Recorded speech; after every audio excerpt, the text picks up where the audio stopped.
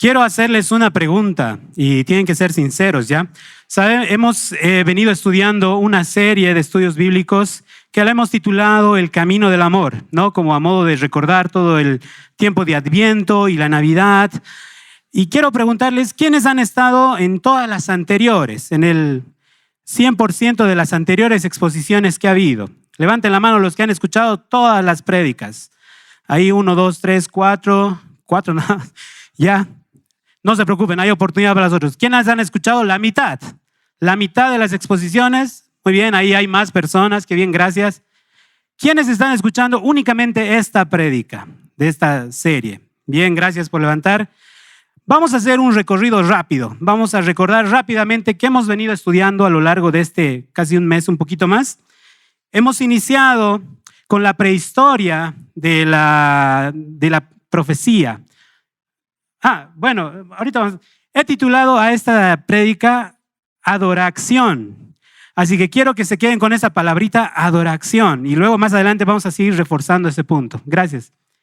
Bueno, vamos a recorrer el primer camino, era el camino de la prehistoria, del camino del amor, donde un anuncio, profecías antiguas, un anuncio dice que en medio de la oscuridad va a haber una luz que va a alumbrar y el nacimiento de este niño que va a ser consejero, admirable, Padre eterno, príncipe de paz. Y bueno, es indispensable reconocer que para entender esta señal, esta profecía, tenemos que aceptar a Jesús. Amén, tenemos que reconocer a Jesús. Después de esto hemos hecho el segundo recorrido, hemos hablado sobre pasar del temor al amor. Como una mujer vulnerable en una situación un tanto tal vez difícil, tal vez pasa o hace este paso de ir del temor al amor. Y pues hermanos, es necesario también reconocer que para pasar del temor al amor solo hay algo que tenemos que hacer. Entender o encontrar el verdadero amor del Padre, porque ahí es donde se pasa del temor al amor.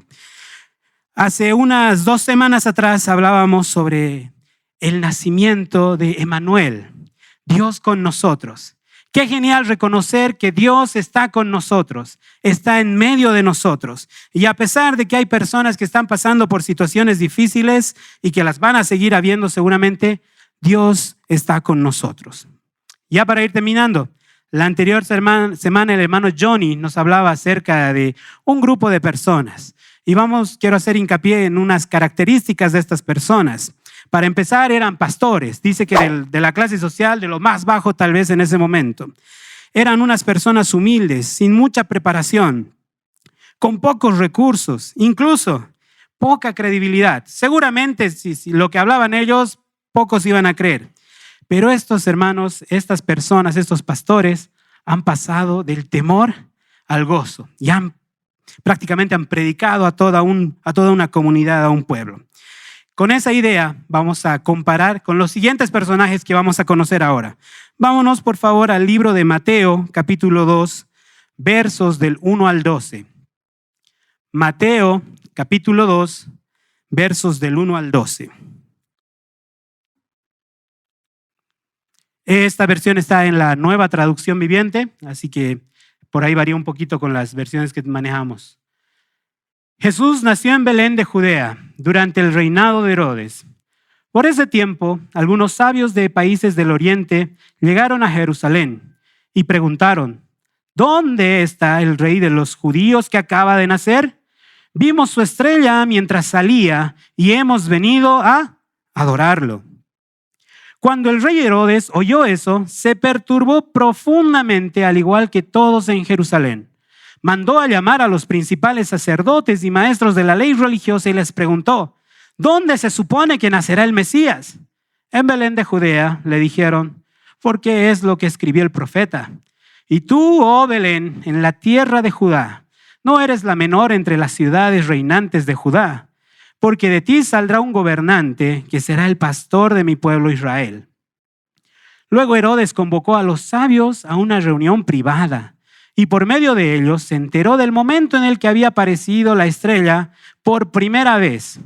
Entonces les dijo: vayan a Belén y busquen al niño con esmero. Cuando lo encuentren, vuelvan y díganme dónde está para que yo también vaya y lo adore. Después de esa reunión, los sabios siguieron su camino y la estrella que habían visto en el oriente los guió hasta Belén. Iba delante de ellos y se detuvo sobre el lugar donde estaba el niño. Cuando vieron la estrella, se llenaron de alegría. Entraron en la casa y vieron al niño con su madre, María, y se inclinaron y lo adoraron. Luego abrieron sus cofres de tesoro y le dieron regalos de oro, incienso y mirra. Cuando llegó el momento de irse, volvieron a su tierra por otro camino, ya que Dios les advirtió en un sueño que no regresaran a Herodes. Oremos, hermanos.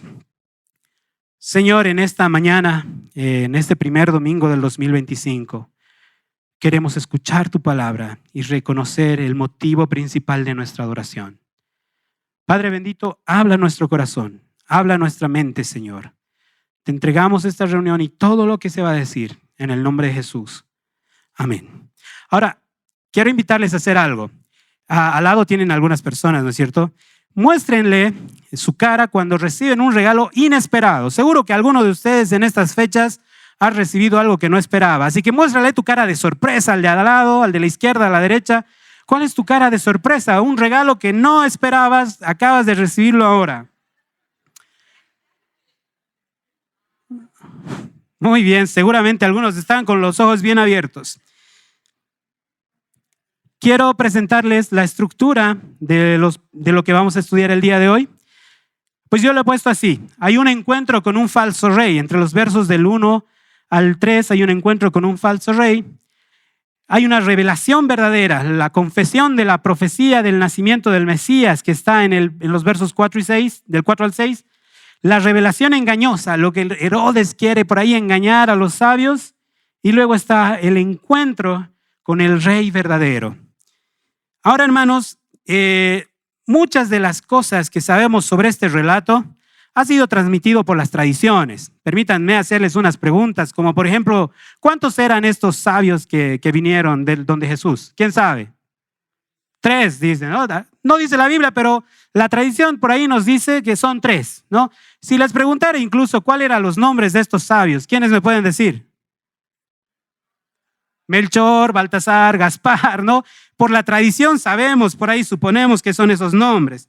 Algo más, si yo les preguntara, los que arman pesebre, ¿no? Si en su pesebre está ahí Jesús, los pastores, María, José, los animalitos, ¿a quiénes más incluimos en este pesebre?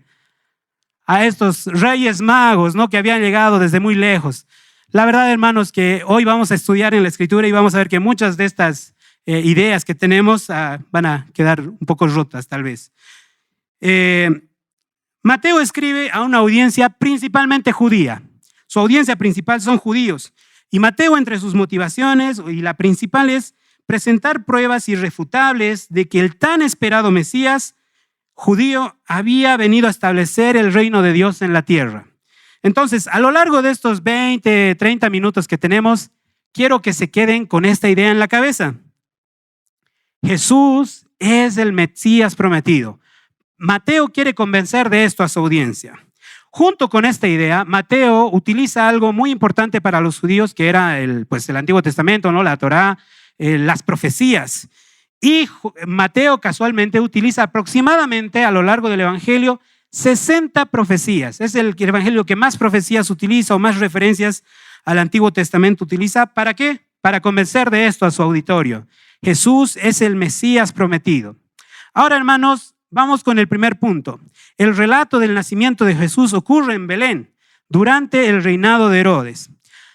Para conocer un poquito a este rey es necesario recurrir a la historia. Y dice que este era uno de los, en realidad era el primer Herodes, porque después hay una sucesión de varios Herodes, pero este era un Herodes realmente despiadado. Era un Herodes que incluso había llegado a matar parte de su familia con tal de mantenerse en el poder, con tal de mantener su silla. Ahora, Mateo nos presenta a unos personajes, que no son 3, ¿no? Lastimosamente para los que creían, se nos presenta a 3 sabios. Ahora, Mateo utiliza una palabra en griego para describir a estas personas y la palabra que utiliza es magoi.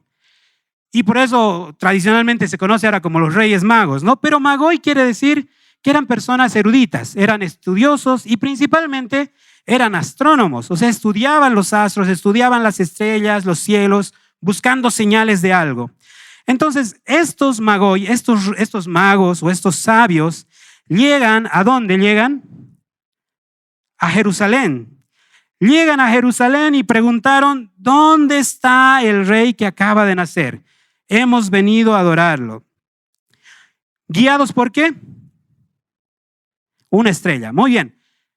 Los sabios llegan a Jerusalén con algo en mente. Tienen un propósito, saben a dónde van. Su propósito es adorar al rey que acaba de nacer. Este hecho tiene que estar en nuestras cabezas. Que los sabios llegaron hasta Jerusalén con una idea, con un propósito. Un viaje largo y cansador, que seguramente ha tenido que ser de muchos días para llegar donde están donde han ido aconteciendo estas cosas.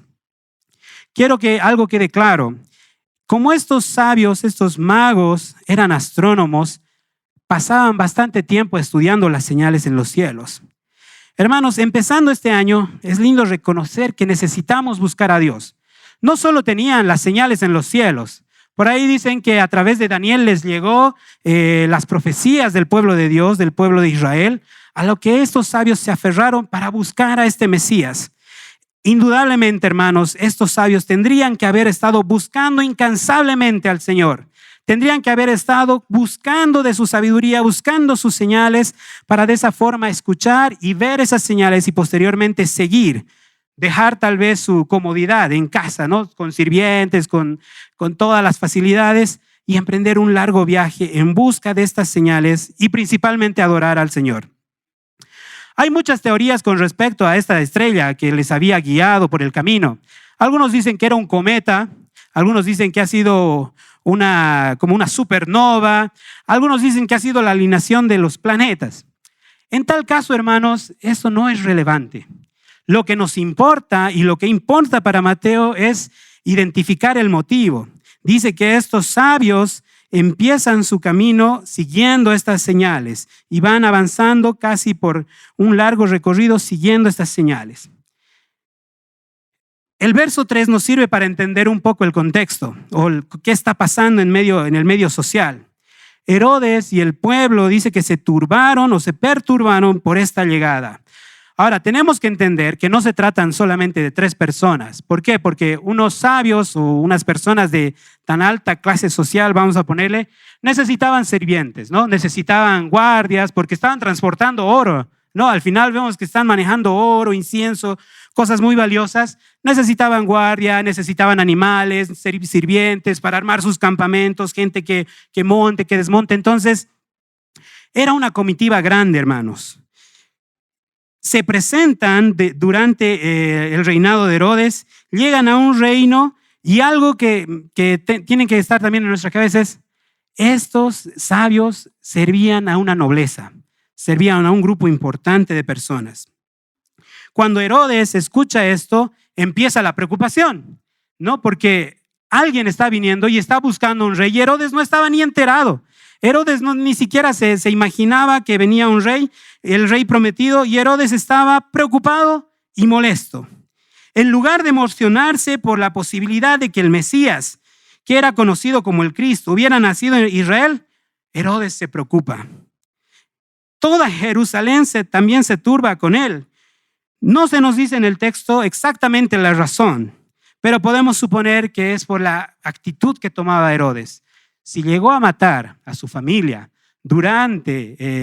para mantenerse en el poder, a quienes no, la gente seguramente pensaba que iba a matar a diestra y siniestra con tal de que este Mesías prometido no afectara su reino. La gente estaba realmente preocupada.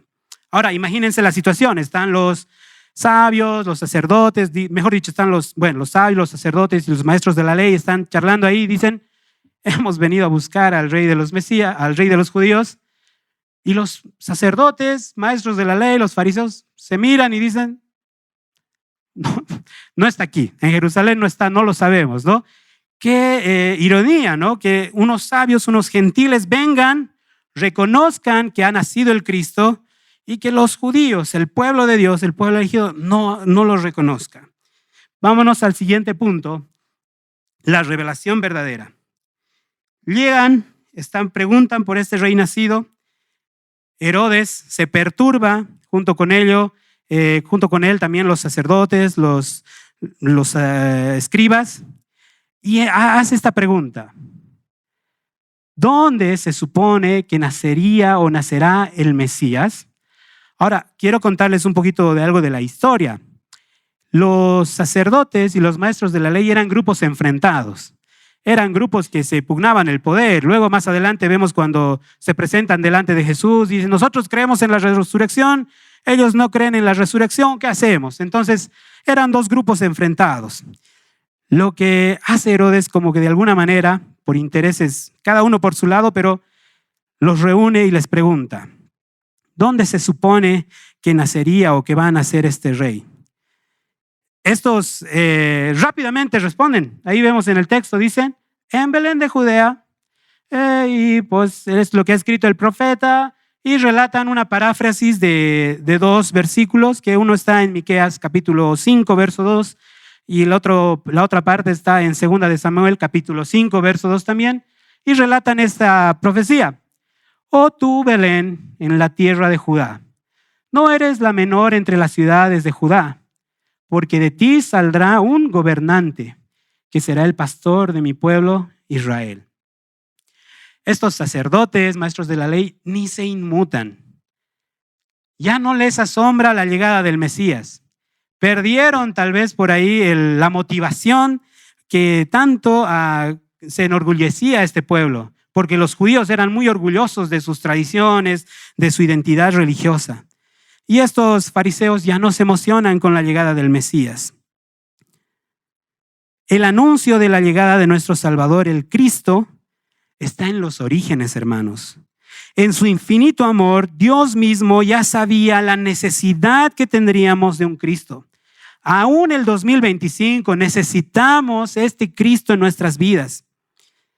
Lo más probable es que estos sacerdotes conocían casi de memoria todas las profecías, pero no creyeron en ellas. Este fue un golpe duro para estas personas, porque estos estaban más preocupados por disputas personales, por disputas entre ellos. Esta es la ironía del mensaje de salvación. Forma un cuadro hermoso. Imagínense este cuadro: una mujer con miedo, un hombre con un corazón dispuesto a obedecer, unos pastores humildes anunciando la salvación, unos sabios que amenazan con desestabilizar un gobierno donde hay gobernantes que son simplemente impuestos y despiadados. ¿Qué hay en común en este cuadro entre todos estos personajes? Todos obedecen, todos creen, a pesar del temor, a pesar del miedo, de las represalias, todos creen y obedecen. ¿Tienen sus problemas? Por supuesto que sí. Por ejemplo, una mujer que posiblemente va a ser apedreada, tal vez.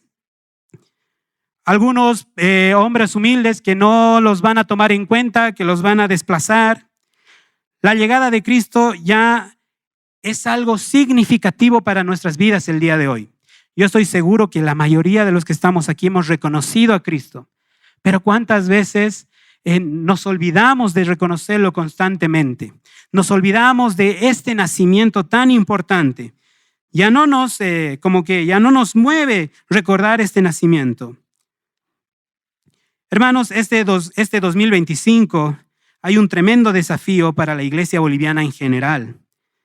Anunciar al Cristo profetizado en medio de estas circunstancias es algo bien complejo, pero reconocer a este Cristo nacido, crucificado, muerto y resucitado en medio de tanta incertidumbre es lo que ahora la iglesia necesita hacer.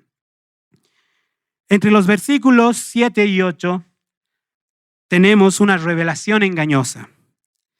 Ocurre algo bien particular en estos versos. Recordemos que estos hombres sabios venían de otra nación, de otros pueblos, de otras culturas. Tenían seguramente algunas porciones de las profecías, de las escrituras, y creyeron, como dije a un principio. Pero tal vez les faltaba más información, así como a los maestros de la ley que sabían que nacería en Belén. Posiblemente estos sabios tendrían que haber ido a Belén, no a Jerusalén. Y ahí a veces nos ponemos a pensar que a veces tratamos de ayudarle a Dios en su obra, tratamos de decir el Señor, Señor, esto como que no está funcionando, no está dando, te ayudaré con estito. No, yo voy a poner de mi parte. Porque eso es lo que nos pasa cuando nos sentimos aterrados, cuando no vemos la respuesta de Dios, nos aterra y buscamos por donde sea y a veces nosotros somos los que obramos. Por cierto, para tener el dato, Jerusalén está a más o menos 9 kilómetros de distancia de Belén. Y estos sabios habían llegado ahí a Jerusalén en busca de este rey, porque era el lugar humanamente más probable donde nacería un rey, ¿no? Si nace un rey, ¿dónde vamos a buscarlo? A la capital, al palacio, donde tendría que estar el rey. Ahora, yo les había dicho un principio, Herodes era un rey muy despiadado, pero no era tonto. Herodes era muy astuto. Herodes ya va maquinando sus planes. Vemos en los versos 7, desde el 8 dice, ¿no? Vayan a Belén y busquen al niño con esmero. Cuando lo encuentren, vuelvan y díganme dónde está para que yo también vaya y lo adore. Herodes ya está maquinando por ahí, pero pasa algo importante. Le saca una información valiosa a los sabios. Les pregunta, ¿desde cuándo están viendo ustedes la estrella? ¿Cuándo fue que esta estrella empezó a guiarlos? ¿Cuándo fue que empezaron a ver esta señal en el cielo? Y los sabios pues transmiten esa información. Con este dato, hermanos, en el verso 16 se nos revela las verdaderas intenciones de Herodes. Herodes quería saber más o menos la edad de Jesús para después matar a todos los niños que estaban dentro de esa edad que habían nacido en ese tiempo. Algunos estudiosos dicen que el viaje desde donde estaban los sabios hasta Jerusalén duraba aproximadamente 40 días, 2 meses. Y si tomamos en cuenta que tenían que prepararse algunas cosas, pónganle por ahí algunos meses que han pasado, Herodes ya tenía una planificación para eso. Herodes ya tenía sus engaños preparados. Hermanos, este 2025 conmemoramos varias cosas en nuestro país. Por ejemplo, el Bicentenario, recordamos también, o van a haber elecciones generales. Las noticias económicas son desalentadoras, ¿no? Que las reservas están muy por debajo, que no va a haber gasolina, que hay varias cosas que van a escasear. Tenemos que hacer nosotros como pueblo de Dios, tenemos que hacer un proceso de autocrítica propia y colectiva. Sabemos que en estas temporadas varios políticos van a venir y buscar el apoyo de la fe, de las iglesias, no solo de la evangélica, también de la católica. Buscan a la iglesia como algo que para ganar votos y recordemos, Áñez, Camacho, personas que con Biblia en mano entraron al palacio, prometieron cosas y al final no cumplieron sus promesas. Herodes también lo había hecho. Engaña a estos sabios, le dice, vayan, sean diligentes, busquen a este niño que ha nacido y díganme y avísenme para que yo también vaya y lo adore. No es nada nuevo que se quiera recurrir a la fe para gestar sus propios planes. De la misma forma, nosotros tenemos que estar atentos y como iglesia reconocer y saber también a qué lado apoyar o qué postura tomar. Si ponemos nuestra fe en los gobernantes, hermanos, tengamos 100% seguros o de seguridad que vamos a fracasar. Nuestra confianza y nuestra fe debe estar en el Señor, en el Mesías prometido. Vámonos al siguiente punto, por favor. El encuentro con el verdadero rey. Ya con mayor información, los sabios deciden retomar su camino, deciden empezar nuevamente el recorrido desde Jerusalén a Belén. Este encuentro tan esperado, el cumplimiento de las profecías que habían creído hace meses atrás o hace años atrás o durante toda su vida, el viaje por el que habían recorrido kilómetros y kilómetros con cansancio, con mucha espera tal vez. Tenemos que entender el trasfondo de estos sabios, pues ellos no tenían el panorama completo acerca de las profecías o la historia del nacimiento del rey prometido. Pero algo que tenemos que destacar es que ellos aceptaron estas promesas. Ellos siguieron su camino y avanzaron en fe.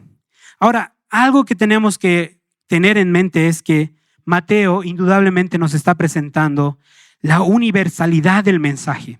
El mensaje no va a llegar solamente a un grupo escogido, no va a llegar solamente a unos sabios o a unos eruditos, como hemos visto a lo largo de este recorrido. El mensaje de salvación llega a sabios, pero también llega a humildes, como hemos visto la anterior semana. Llega a niños, a mujeres solas, a trabajadores menospreciados, a judíos y a no judíos, como diría Pablo después en su carta a los romanos. Mateo quiere utilizar un recurso para ayudarnos a entender lo que están pasando estos sabios. En el verso 10 dice, cuando vieron la estrella, se llenaron de alegría. En otras versiones dice, se llenaron de alegría sobremanera. Era una alegría indescriptible. Quiero contarles una anécdota. Cuando yo hace algunos años atrás tuve que viajar con algunos chicos de la CCU, viajamos a una comunidad del Chaco, de Santa Cruz. El viaje por tierra obviamente duraba aproximadamente desde aquí de Cochabamba hasta la comunidad, aproximadamente 20 horas entre los transbordos y todo eso. La vez que yo fui estábamos en temporada de lluvia y mi viaje se tuvo que postergar un poco más. Tardé aproximadamente como 48 horas, 2 días aproximadamente en llegar a ese lugar. Tuve que hacer 2 transbordos, luego pasé a otro surubí, una parte tuvimos que empujar helado, toda una travesía. Qué alegría sentí cuando logré ver la comunidad, ver a los hermanos, a los chicos ahí todos juntos. Me imagino a estos sabios con mucha más alegría, con mucho más júbilo al ver el cumplimiento de su objetivo. ¿Cuál era el objetivo, hermanos, de estos sabios?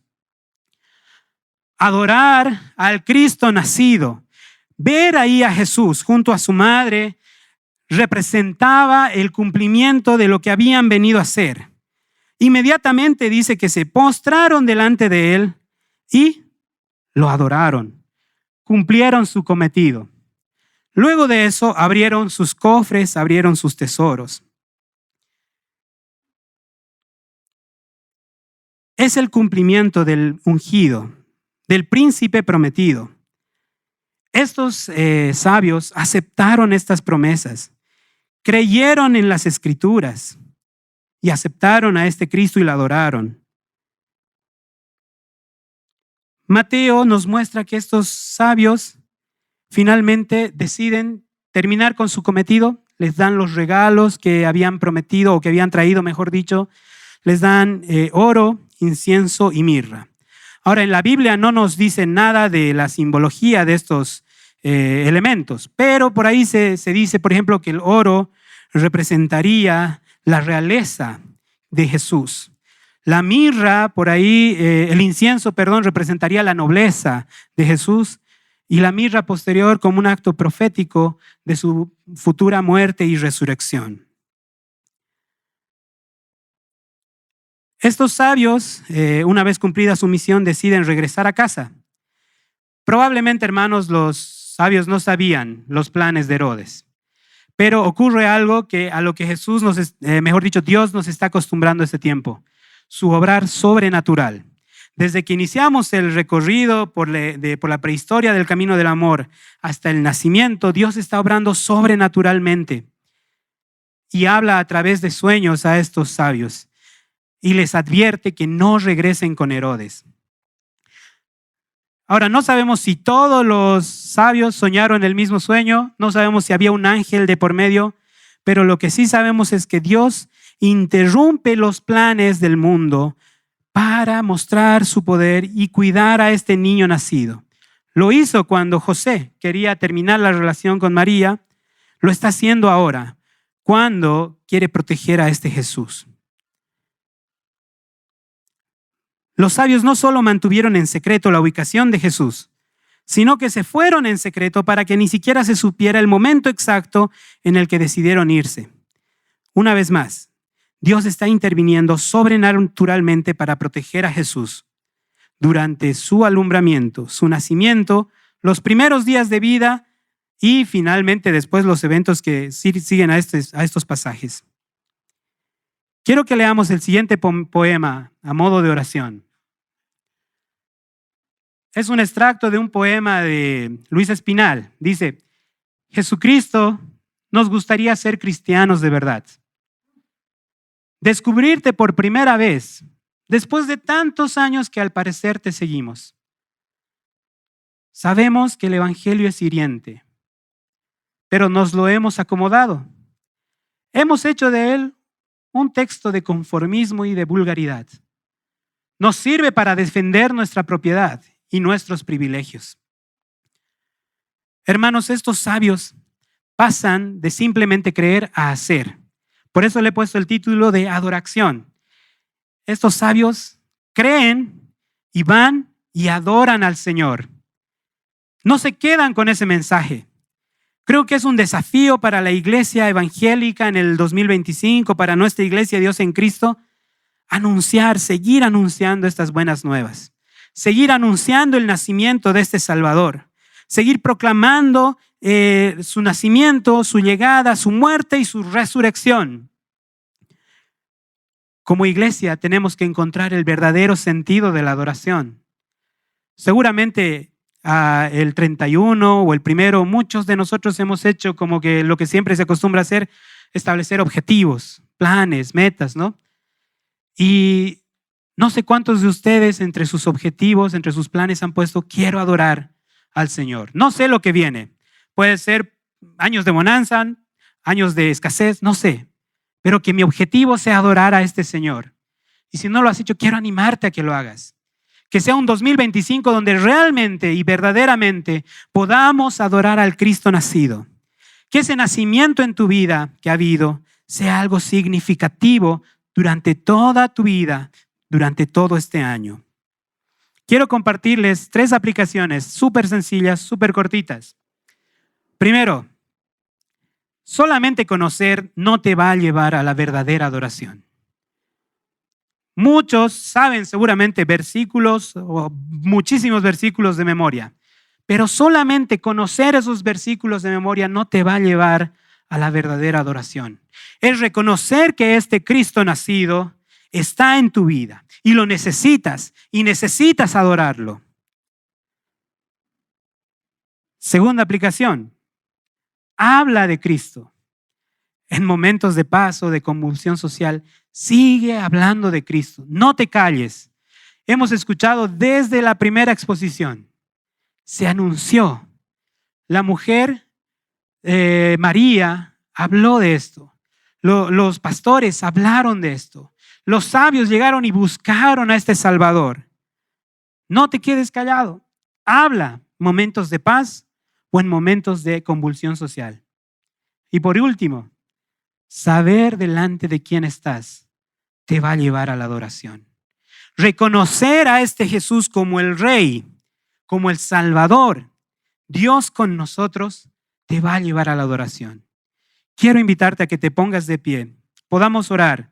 Yo sé que a veces esto es un tanto simbólico, pero dile al Señor que mi objetivo este 2025 sea adorarte, sea darte la honra y la gloria a ti. Padre bendito, qué hermoso reconocer desde el primer domingo de este año que te queremos adorar. Ya lo cantábamos, Señor. Tu fidelidad sigue. A pesar de los planes malvados de los políticos, de la gente, de los que están delante, Señor, en el gobierno, tu fidelidad sigue. Tus planes no van a cambiar, Señor. Tus planes han sido establecidos desde un principio porque sabías que necesitaríamos de un Salvador. Por eso es que queremos adorarte. Queremos alabarte, Señor. Queremos darte lo mejor de nosotros. Que no sea simplemente un acto, un ritual más. Que desde ahora, Señor, podamos establecer este objetivo de que tú seas el centro de mi vida, el centro de mi familia, el centro de la iglesia de Dios en Cristo, el centro de esta comunidad, Señor. Padre, solamente tú eres digno de toda alabanza, de toda adoración. Quiero reconocerte, Señor, que estés en el centro de mi vida. Si hay algo que te está desplazando, Señor, ayúdame a cambiar eso y que seas tú la motivación principal. Si hay algún objetivo que lo estoy poniendo más importante que tú, que sea desplazado, Señor, por tu voluntad y para adorarte y alabarte a ti.